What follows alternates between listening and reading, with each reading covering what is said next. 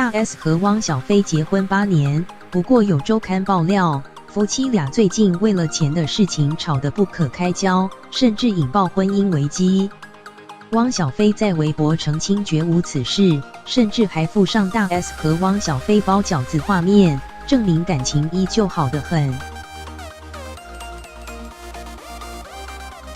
艺人大 S vs 汪小菲，注意力集中。我跟你讲话的时候，我就跟你讲过，老公，注意力集中。口气冷淡又严肃，这是大 S 平常对汪小菲说话的态度。夫妻俩去年首度在实境节目公开平日模式，虽然多数时候看起来甜蜜，却也反映出两人细节偶尔产生摩擦。如今更传出夫妻俩为了金钱问题吵到闹离婚。传出因为瘦肉要易主，大 S 和汪小菲对这件事情却抱持不同看法。两人大吵一架，让大 S 动了离婚念头。徐妈妈还希望大 S 跟汪小菲财务各自独立，选择力挺女儿。艺人蔡康永 vs 小 S， 他们两个有可爱的小争执的时候，会冒出说那离婚好了这句话吗？